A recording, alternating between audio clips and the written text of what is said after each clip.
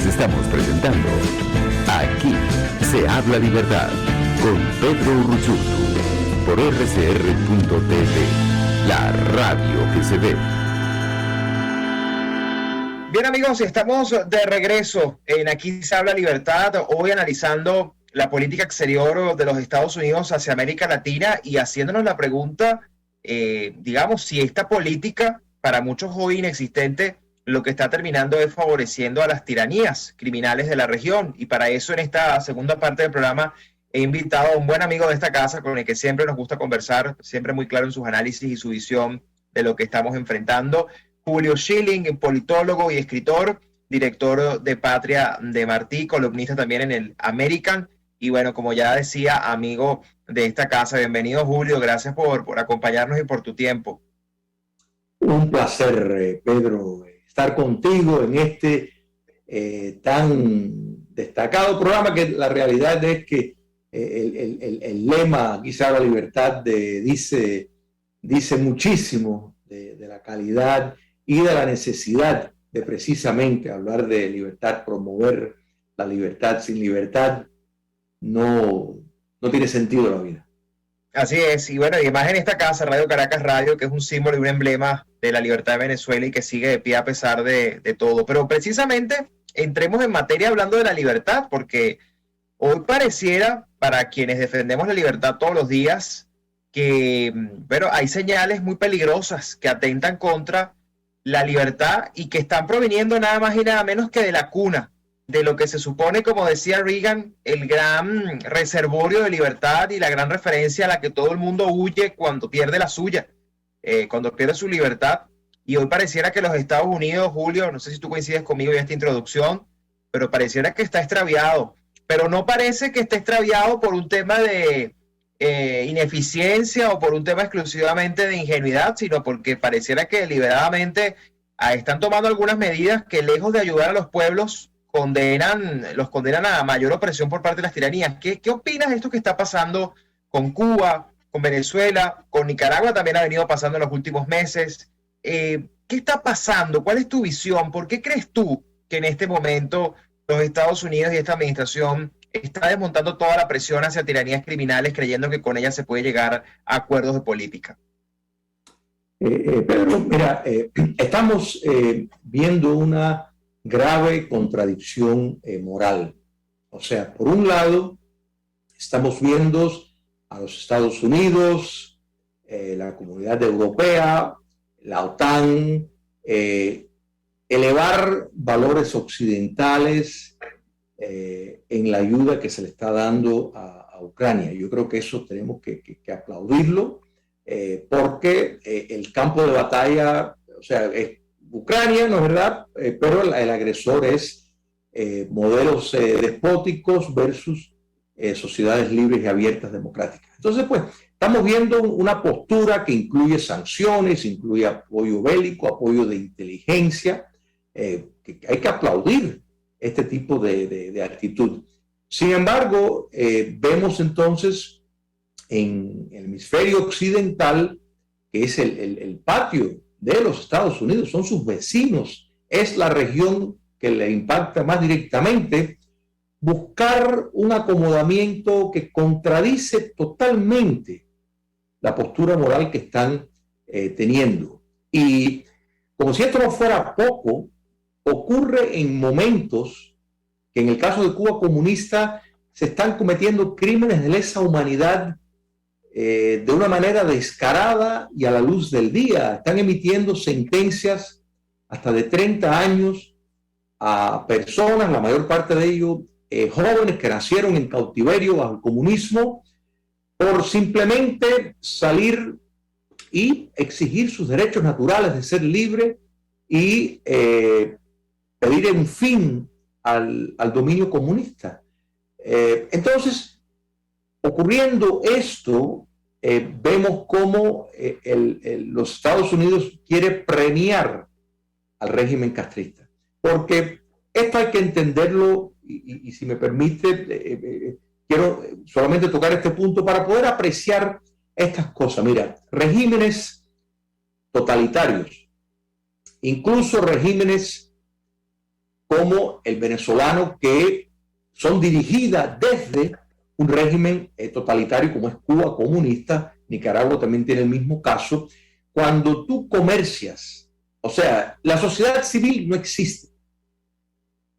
O sea, poniéndolo directamente, no existe porque del Estado, del poder dictatorial, depende toda la actividad del país. La actividad económica, por supuesto la educación, lo que son los medios industriales, el acceso a la información está controlada fuertemente. Entonces, la idea de que por medio de negociar, por medio de intercambio comercial, eventualmente van a desembocar en democracia, eso no existe con regímenes totalitarios o esos que están conectados a regímenes totalitarios. Por ejemplo, ocurrió con Corea del Sur y con Taiwán en la década de los 70. ¿Por qué? Bueno, porque nunca fueron regímenes totalitarios, eran autoritarios, y había una sociedad civil que se benefició con la modernización del país por medio del intercambio comercial. Pues esas clases económicas, sociales, pusieron presión a la clase política y eventualmente vieron como un salto natural desembocar en una democracia. Pero ese no es el caso en Cuba comunista, en Venezuela, en Nicaragua y en Bolivia, porque el acceso a poder comerciar en el país, a poder tener algún tipo de desenvolvimiento económico, requiere la aceptación del poder dictatorial, de modo de quien se beneficia. Y en el caso directo del castrocomunismo, donde empresas directamente del Estado castrista, dirigido por militares, controlan abiertamente el 75% de la economía. En el sector turístico es el 90% de la economía. Y el resto son, o sea, esa otra pequeña parte, básicamente para tener acceso a los mercados internacionales tienen que hacerse por medio de agencias del Estado castrista. Entonces, no existe la noción de que vas a ayudar a empoderar a la población. Es una falacia. Si el acercamiento que de los Estados Unidos bajo el antiguo presidente Obama con el castrismo, en vez de agrandar el sector no estatal, porque ni siquiera ellos mismos tampoco le llaman sector privado, porque ellos saben que no existe el sector no estatal, fue todo lo contrario. Lo que creció fueron las empresas estatales dirigidas por los militares. Para que tengan una idea, una de ellas, Gaesa, que controla los hoteles, si fuera una empresa hotelera, estrictamente en América Latina sería la empresa hotelera más grande en el continente sur. O sea, es así de lo potente. O sea, que están ejerciendo un capitalismo de Estado donde un puñado de familias tienen una cleptocracia, en esto un poco parecido en ese sentido a lo que hay en Rusia, pero sin la riqueza, porque no tienen petróleo, claro. Y movidas como la que está proponiendo el gobierno Biden, no va a ayudar a la sociedad cubana, todo lo contrario. Y lo más vergonzoso de todo esto es, uno, en medio de una campaña de represión brutal, y dos, es parte del chantaje inmigratorio que Cuba comunista siempre ha ejercido. Y esto, Pedro, tiene un plan de ruta muy directo. El 11 de julio del año pasado hubo un levantamiento en Cuba, un levantamiento popular pacífico, cientos de miles de cubanos en 72 localidades a través de la isla, espontáneamente un domingo, salieron a protestar en masa. Esto es algo que un régimen totalitario se le escapa de las manos y no pueden realmente confeccionar la represión a toda cabalidad. Entonces, lo que necesitan de poder predecir cada paso se les fue de las manos. Entonces están tomando todas las medidas para que eso no ocurra. Entre ellos está el terrorismo de Estado por medio de condenas draconianas. Han reformulado el Código Penal, que no es que le hace falta, no es que ellos para cometer crímenes de lesa humanidad necesitan la licencia, pero lo han hecho para legalizar la barbarie. Hay 37 nuevos delitos, por ejemplo, el insultar a un alto funcionario el decir que el dictador Díaz-Canel está gordo, que el ministro Lasso es un tipo feo, que algunas de esas personas están impresentables, eso te puede costar de 3 a 5 años de cárcel por emitir una opinión de ese tipo solamente. Hay 23 nuevos cargos que califican para la pena de muerte, el fusilamiento. ¿Por qué hacen esto? Promover el terrorismo de Estado. Pero por otro lado, en Nicaragua han negociado con la colonia sandinista para que los cubanos puedan salir sin ningún problema, ojo, pagando $3,600 por el pasaje. Ojo, eso claro depende, van a buscarlo a los cubanos que viven fuera. También han negociado con México, con el gobierno de López Obrador, que los cubanos puedan atravesar México y que no les pidan papeles, que no vayan a estorbarle el pase. La idea es presentar una crisis en la frontera sur, que esto lo han hecho 4 veces ya a través de, cada vez que están en un aprieto, en una cuestión de crisis interna, abren la puerta y saben que esa crisis la presentan y los Estados Unidos, pues, tristemente, históricamente le ha cedido y han sido generalmente gobiernos demócratas, y no es que se convierte en una cosa partidista, pero el hecho es que ha ocurrido. Siempre que ocurre esto es con un gobernante demócrata. Fíjate, Julio, tú tocas varios temas, todos medulares para entender esto, ¿no? Lo primero que creo que queda en evidencia es la gran contradicción por parte del gobierno de los Estados Unidos, que por un lado dice esta administración que no van a invitar a estas tiranías a la Cumbre de las Américas, pero por otro lado les favorecen por otras vías. Entonces pareciera que lo que quieren evitar con lo de la Cumbre de las Américas lo exacerban por otro lado. Una gran contradicción. En segundo lugar, y tú lo mencionabas al principio con lo que tiene que ver con Ucrania y la invasión de Rusia a Ucrania, es que al final, en el caso de Venezuela, al aceptar fortalecer al régimen de Maduro, lo que están haciendo es fortalecer a Putin, lo cual es una enorme contradicción. Mientras todo el mundo está yendo hoy contra Putin, Estados Unidos, que se supone que debería liderar eso, le está dando oxígeno a Putin a través del régimen venezolano, que se sienta en México, porque hay que recordar que un acompañante o el acompañante del régimen en las negociaciones de México es Rusia.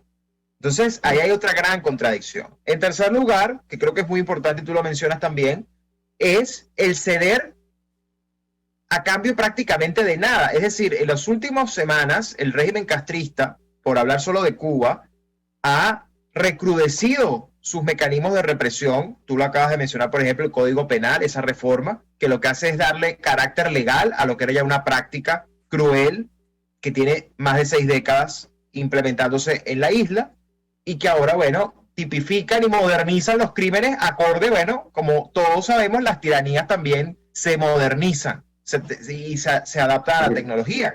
Entonces, bueno, eso es parte también de asumir que hay nuevos crímenes y eso es parte de lo que hace. Y lo más grave, que también lo mencionabas tú, es que al final lo que se intenta supuestamente en nombre de los cubanos para ayudar al pueblo cubano, lo que termina es fortaleciendo y dándole más plata a estos regímenes. En el caso de Venezuela, si se retoma y se confirma este tema del levantamiento de sanciones petroleras, al final cualquier dinero que provenga del petróleo de sangre lo que va a favorecer es al régimen. Y en el caso de Cuba ya ocurre, tú mencionabas lo de la industria turística, es decir, que vuelvan vuelos comerciales a Cuba, ¿a quién beneficia? Es decir, tú estás potenciando la actividad turística que al final, bueno, sí, qué bueno que vaya gente a la isla y la visite y la conozca, pero al final en detrimento de los propios cubanos, que son los que menos se benefician de la actividad turística que fortalece el régimen. O peor aún, las remesas y esta eliminación de límites a las remesas. Está comprobado que de cada dólar que entra a Cuba, 74 centavos van al régimen castrista, van a la tiranía. Entonces, frente a todo este escenario que estamos viendo, la pregunta que uno tiene que hacerse, Julio, y tú y yo, que además venimos de pueblos que son víctimas de estos regímenes, es qué nos queda hacer, porque, bueno, pareciera que estamos desamparados. Es decir, si nuestro principal aliado, que se supone que es Estados Unidos, o una administración adversa a nuestra causa, lo que va a terminar es favoreciendo a los regímenes. Y peor aún, usando el nombre de los pueblos para decir que es para ayudarlos, pero que en realidad lo que hacen es condenarlos. Bueno, ¿qué nos queda hacer, Julio? Porque pareciera que en todo esto, quienes vamos a salir perdidos somos tú y yo y todos los que padecemos de estos regímenes, incluso en el exilio.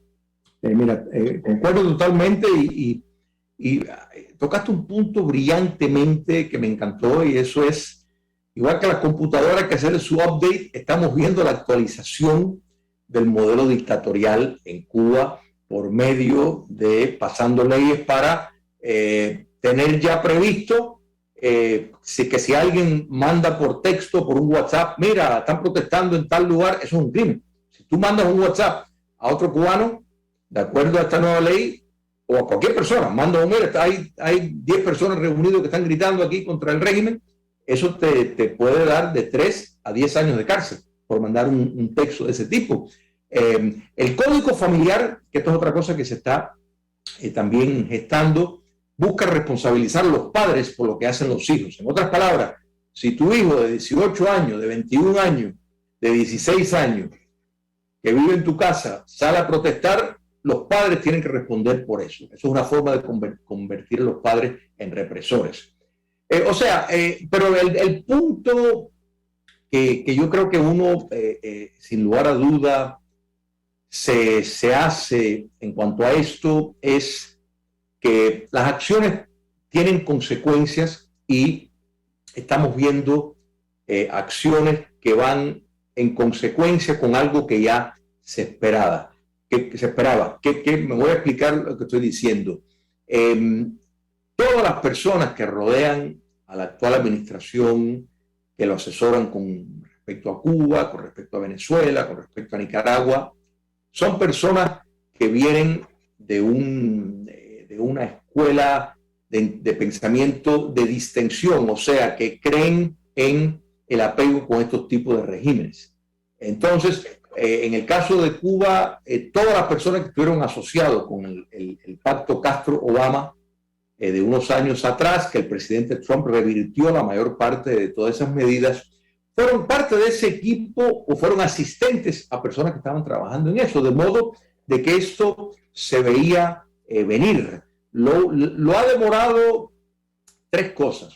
Uno, la crisis en la frontera sur y el desastre que están haciendo con la economía de los Estados Unidos, la inflación que está disparada, medidas que se pudiera prevenir simplemente con no imprimir más dinero y liberar las fuerzas productoras de petróleo para que los Estados Unidos vaya a utilizar el petróleo que tiene, y entonces pues eso va a abaratar, porque en gran medida la inflación está vinculada a los Estados Unidos con este tipo de socialismo verde, que lo siguen porque el Partido Demócrata en este momento es el Partido Demócrata que confeccionó Barack Obama y está totalmente controlado por la izquierda radical de los Estados Unidos. El Partido Demócrata de los Estados Unidos en este momento no es un partido de centro izquierda, aunque podrá tener algunas personas de centro izquierda, y Biden sabe quién es el que lo facilitó el camino a él a la Casa Blanca y pues está siguiendo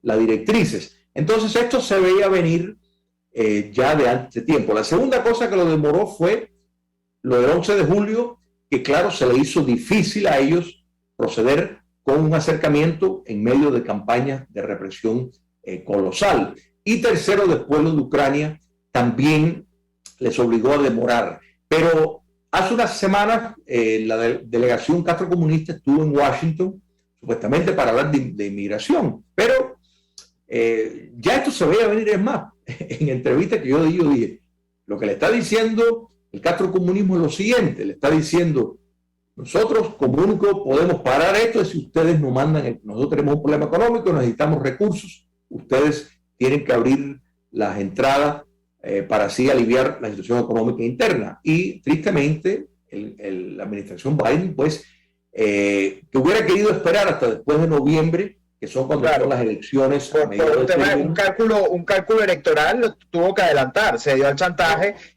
Que además, que volvemos al punto, Julio, y ya con esto ya tenemos que cerrar la conversación, que ha estado muy buena, pero que yo creo que lo más grave de todo esto es que caemos en una reflexión que termina por asumir que la política pareciera ser la de contener a estos regímenes. Es decir, no busquemos su salida, sino vamos a buscarlos, vamos a dejarlos tranquilos, vamos a intentar contenerlos dentro de sus fronteras, creyendo que por contenerlos ellos van a dejar de hacer lo que hacen. Y resulta que los contienen, les dan tiempo, legitimidad, reconocimiento, y encima las crisis que generan las siguen generando, por A o por B, ¿no? Entonces, al final, y peor aún cuando se les dan plata para que las promuevan. Entonces, es muy complicado, ¿no? Y esto creo que es parte de lo que nos debe llevar a la reflexión. En estos últimos 30 segundos, Julio, para quienes nos escuchan de toda la región, de toda América Latina, tu mensaje,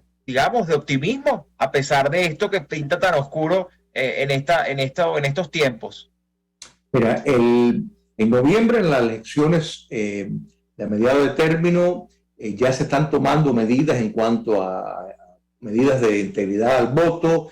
Se espera un tsunami colosal del partido opositor, de modo de que la Casa Blanca perderá ambas cámaras y se le podrá frenar bastante el acercamiento que busca con el socialismo continental. Es ahí la respuesta. Políticas de acercamiento económico con regímenes como el castrista, el chavista y el sandinista solo fortalecen a los sistemas, no ayudan para nada al pueblo.